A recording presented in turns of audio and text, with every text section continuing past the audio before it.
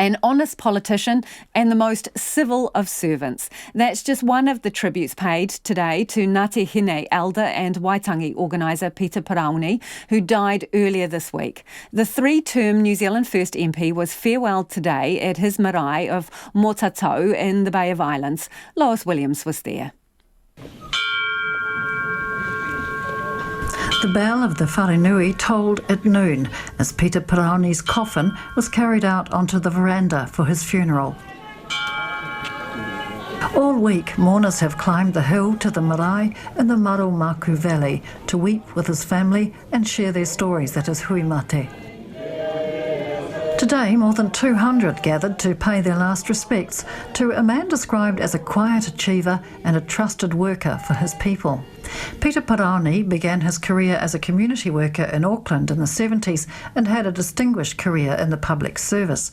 He chaired the Waitangi National Trust for 8 years, served on it for many more, and for more than 2 decades shouldered the sometimes thankless task of organising events at Waitangi.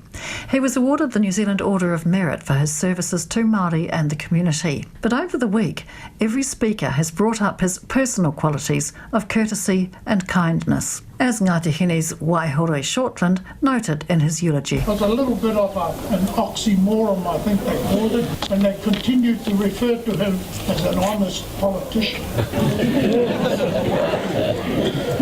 But in Pita's case, that was absolutely true. And to which I had the pleasure of replying that he was the most civil of servants. Also among the mourners today were relatives Colleen and Sid Going. He was a nice person. He always spoke very nicely and was willing to help and do things. He always seemed to treat people kindly. That's right, he didn't push himself out the front. People respected him for his opinions because of that, didn't they, I think?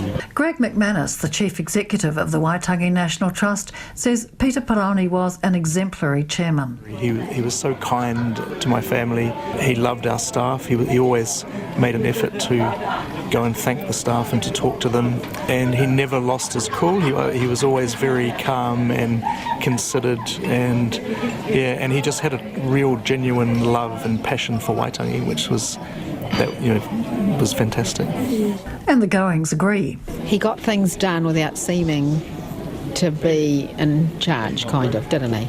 Yeah, he wasn't the one that says, oh, I did this, I did that, no, I'm doing this. He just quietly did what was needed. Waihoroi Shortland says Mr Paraone was a private man when it came to his family, but his wife and children and his mokopunas were his sanctuary.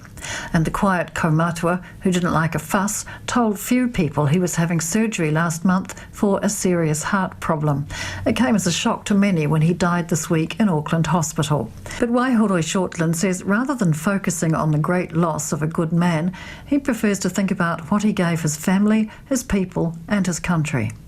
The gains, when you measure them against the loss of the person now, they outweigh everything else. And it's true of Pita. Our gains through his life way far outweigh our loss today. Pita Paraone was laid to rest this afternoon amid the green hills of Ngāti Hine in his ancestral urupa at Mōtatau. In Mōtatau for Checkpoint, Lois Williams.